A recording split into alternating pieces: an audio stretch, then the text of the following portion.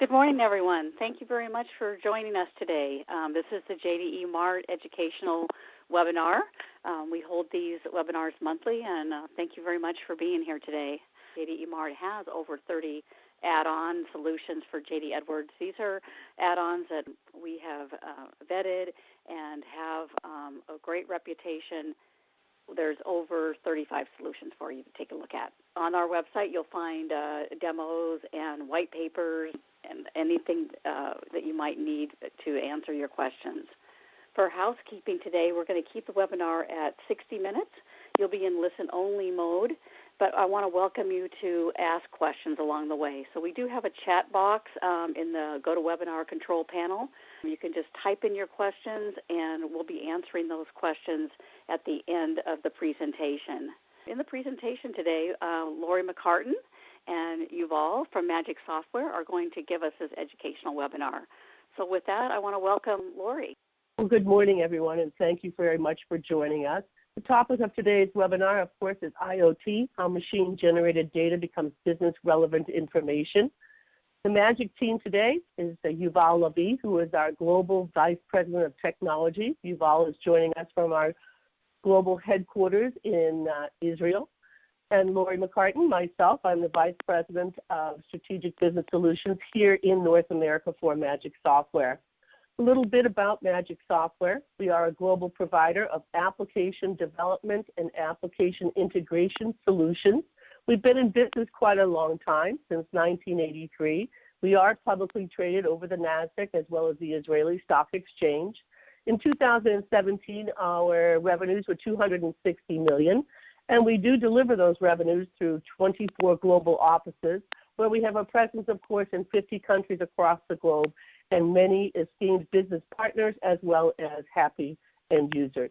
We are an Oracle Platinum Partner and a Platinum Partner for the Quest International Users Group as well.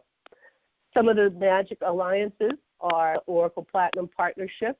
We do a lot of business, of course, with JD Edwards, and we do carry, which is important to our JD Edwards user group, the Oracle Validated Integration Certification for both JD Edwards World as well as JD Edwards Enterprise One. And the OVI certification is just a blessing from Oracle that we go through certification for each and every new version of JD Edwards with our Magic XPI endpoint adapter built for that application every year or every time we have a significant release from Oracle. And that just goes to prove the commitment that Magic has towards the Oracle JD Edwards community.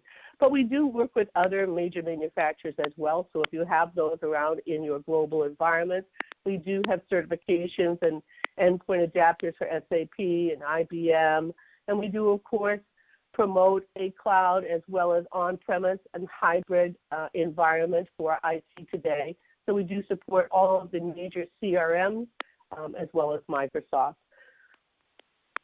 Some of our JD Edwards customers, as well as Magic customers across the globe, include many easily recognizable names, such as Welch's, Christie Digital, Parkland Fuel Corporation, Nespresso, that we all like, of course, when we think about early mornings that it is for some of us today, etc.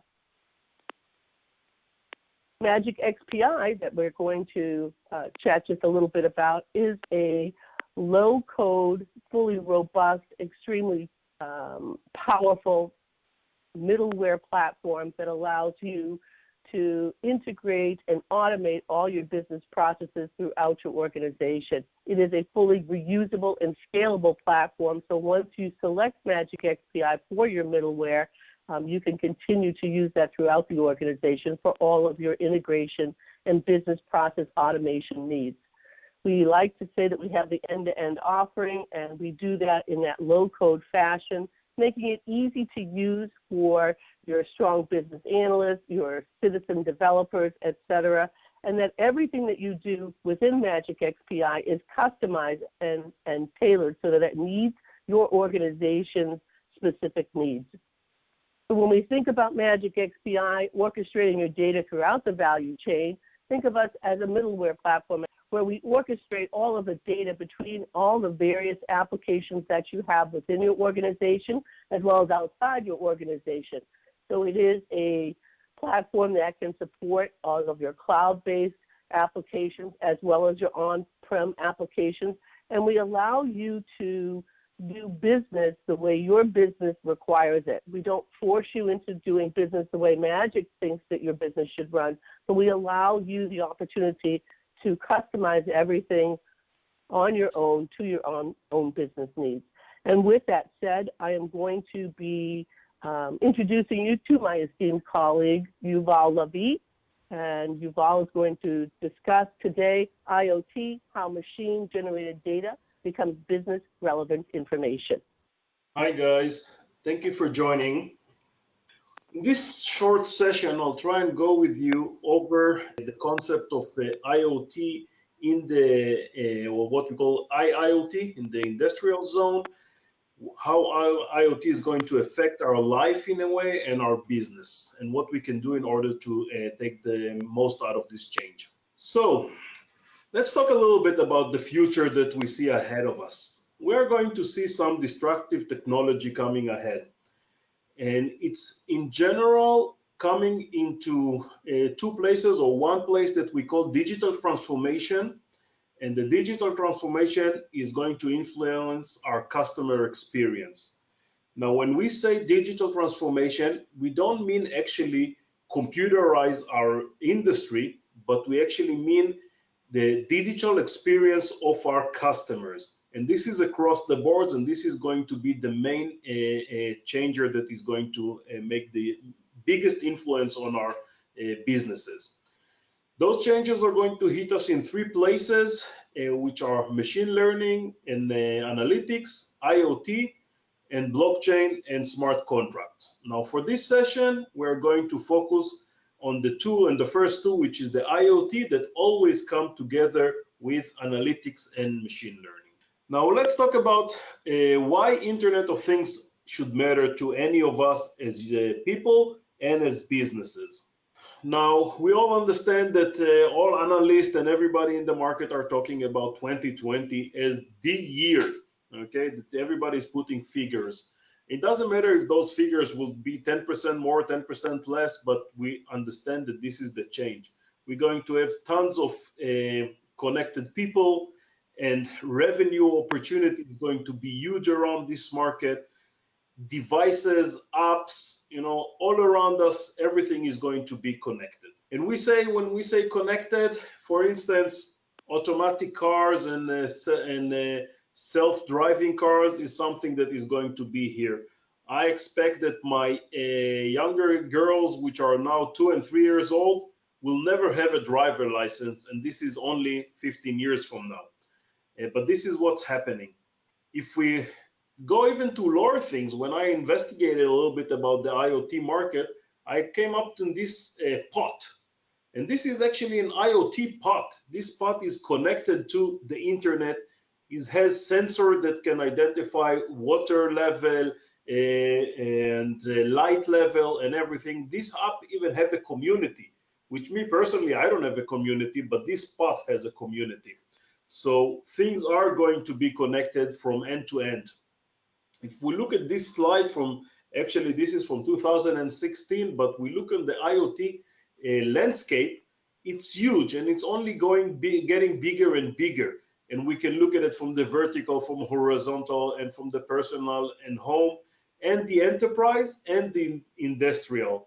The block of the industrial is getting huge, okay? So as I mentioned, it's going to hit us from all directions. What we see now is what we call the fourth industrial revolution, or in Europe they like to call it Industry 4.0. And if we see what happened over the years and all the different industrial revolution, we identify this one as what we call the cyber physical system.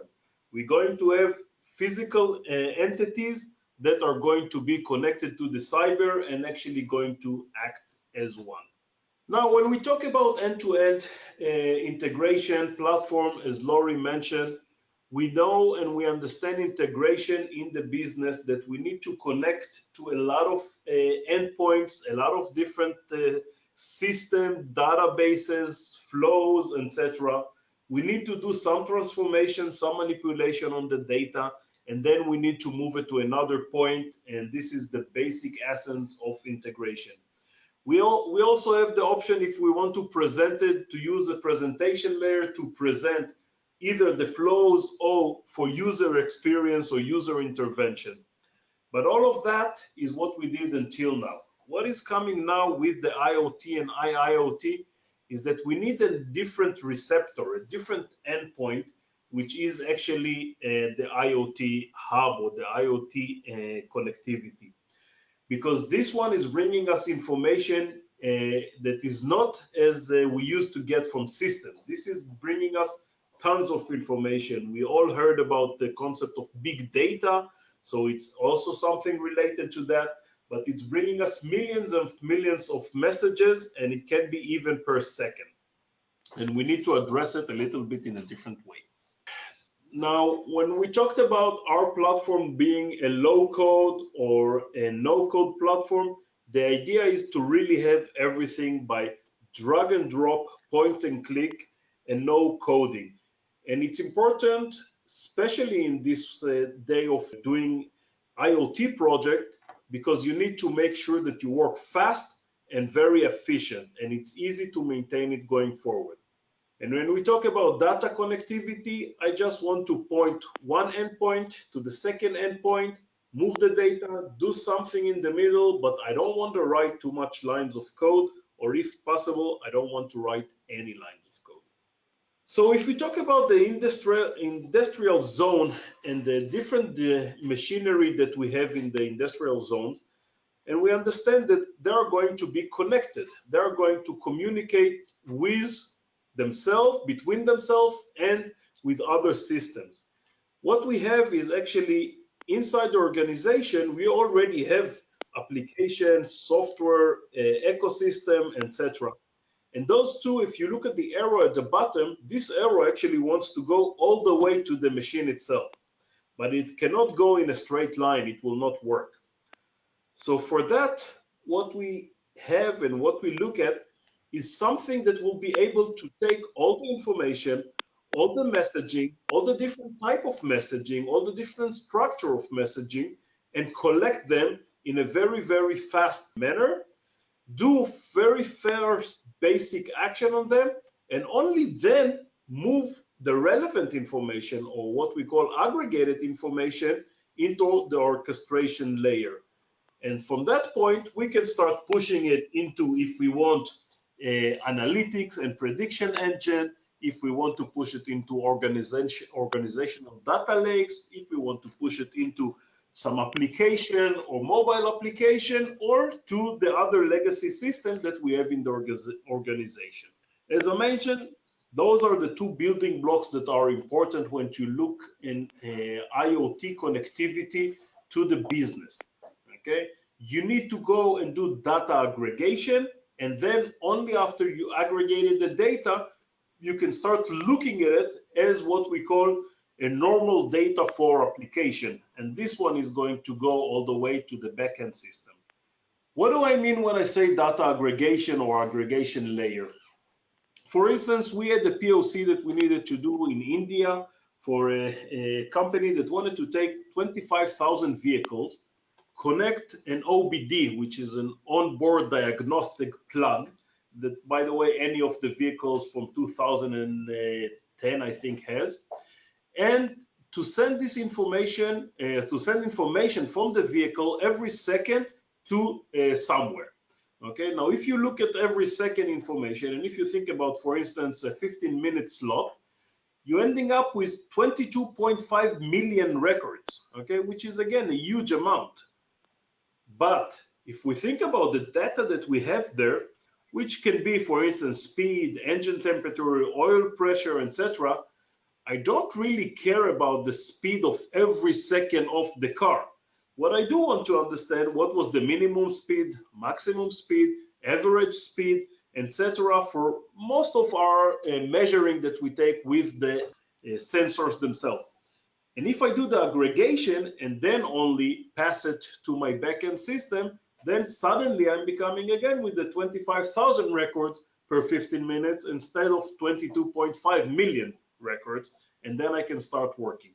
Of course, if I want to also put some kind of alerting for a specific message that is coming in a specific time, I can also forward this message. Now we'll have a quick look on some demo that we prepare. It will not be a live demo, sorry. I don't trust the god of demos that much, but it will be a short movie. But what we'll see is the idea of taking information from robots. Okay, this is a KUKA robot for this sample that is pushing tons of information, taking it onto our inside edge aggregation layer, aggregate the information, send this information into our orchestrator, which is the Magic XPI integration platform. Take this information into a predictive engine that is predicting a failure based on the information.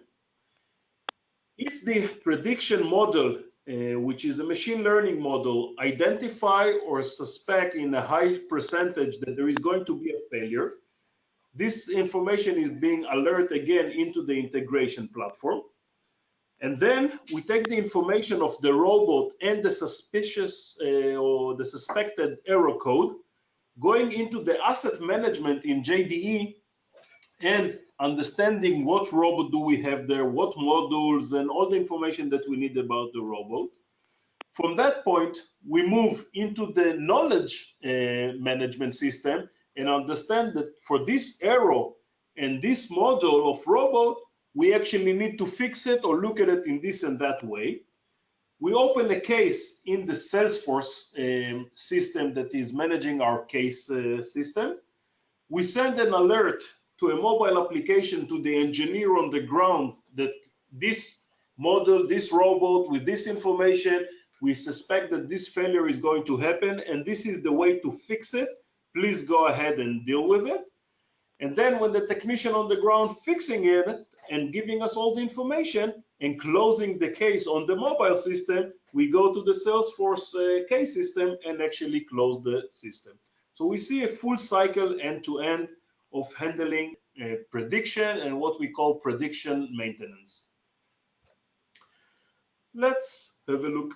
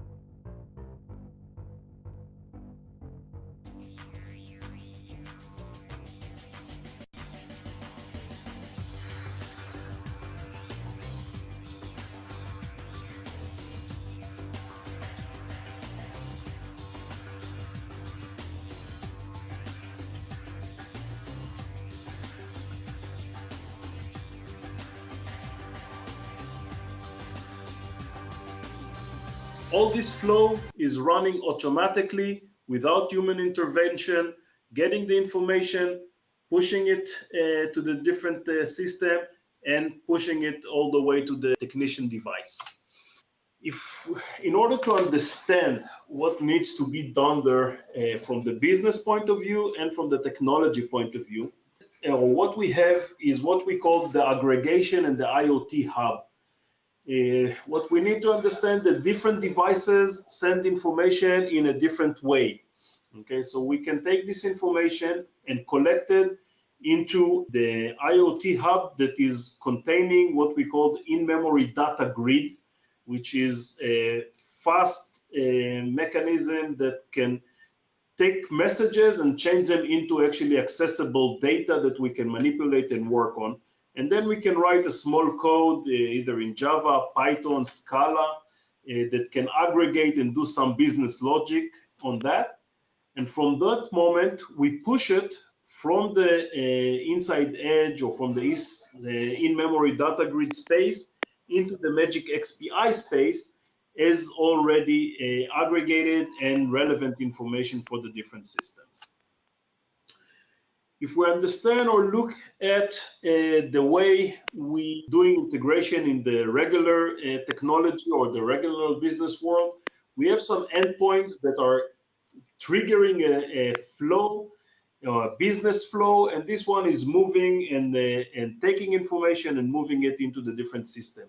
But when we look at an IoT scenario, actually the amount of information, the type of information, the structure of information is becoming totally different.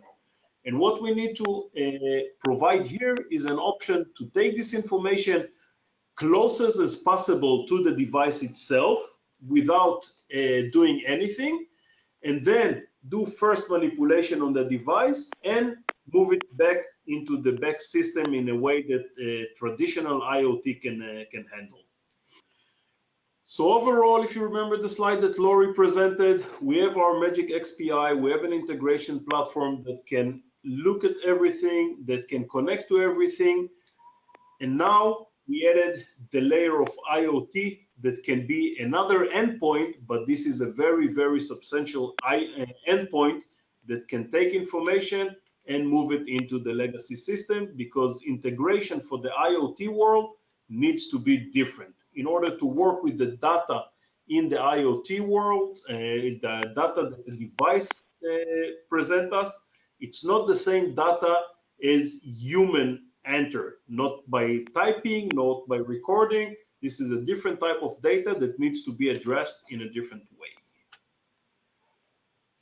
So overall, if we're looking at our IoT solution stack and how to take your IoT data in the organization and make it better, we manage the orchestration, we manage the data aggregation, we make sure that performance will be excellent, and we actually make the big data that we talked, all of us in the technology world in the last 5 years, and make it much more simple to understand and to handle and to make use out of this data.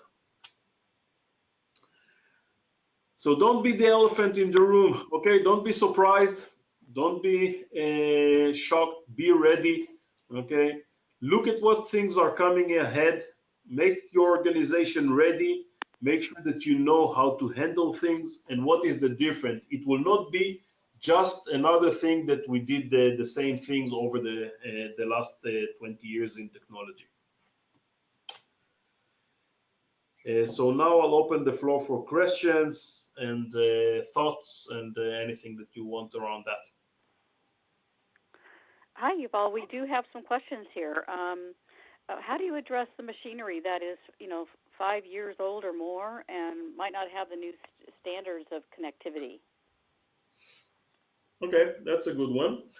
This is, by the way, one of the biggest challenges that we find in the integration of IoT that is coming to the industrial zone, because typically, if you go to a manufacturer, there is some machinery that was bought maybe 10 years ago, and it cost millions, okay? Now, it's true that the new version of this machine has all the different connectivities and all the different protocols, etc., but nobody is going to replace the machine just because now a new model has some connectivity option. We need to make sure that the old machinery still can communicate. Now this is, we split it into two different ways, or two different endpoints. One is to get the information from the machine. Now, if the machine doesn't have sensors, a new set of sensors need to be put on the machine. But a lot of machines already today, or even back then, had sensors and were collecting information.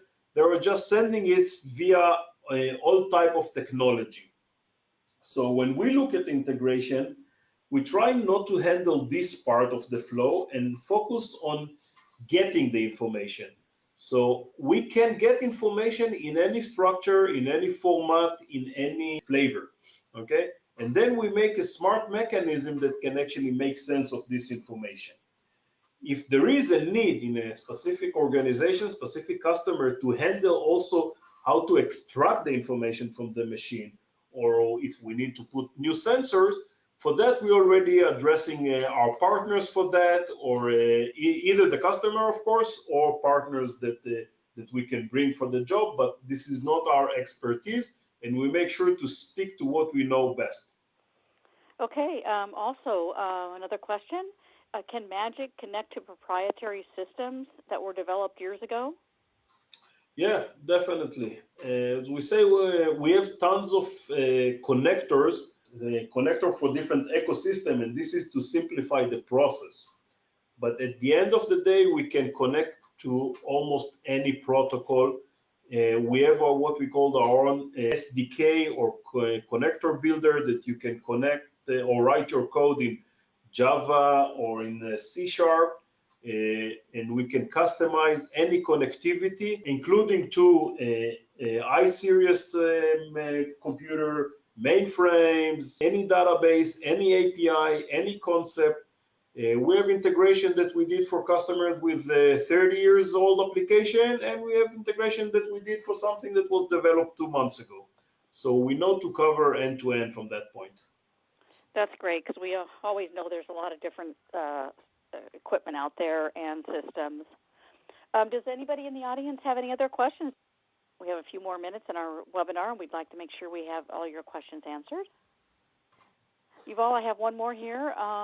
What is the difference between an application integration and IoT integration? Okay. As I mentioned before, we need to think about this in a different way. We cannot continue solving the problem that IoT is bringing us in the same frame of mind that we solve other integration or APIs problems that we had in the past. It's a different thing. And when we did an application integration, we actually connected information that was entered by a human being. It doesn't matter, again, if it was typing it, or if it was declaring it, or something like that, or even if it's a voice that somebody recorded. It's still information that the human being generated. And now we are looking at an information that the machine generated. And it's much more information, different type of information.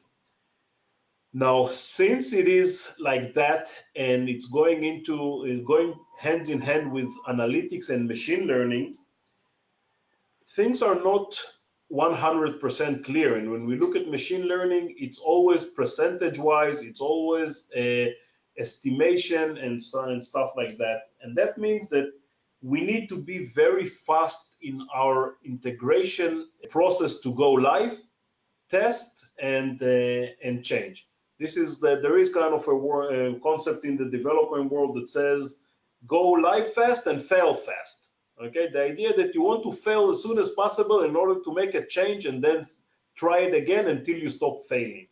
We cannot go as we did in application integration and we do a project of 2 years and only then see, oh, it's working good. Okay, so all this trend of things that are moving fast, and it goes together to the business that says we need ROI, we need a fast ROI. I was involved in the past in the integration project that ROI was something like between 3 to 5 years. That was a legitimate ROI. Today, if you do an IoT integration project, you expect ROI to be in a few months.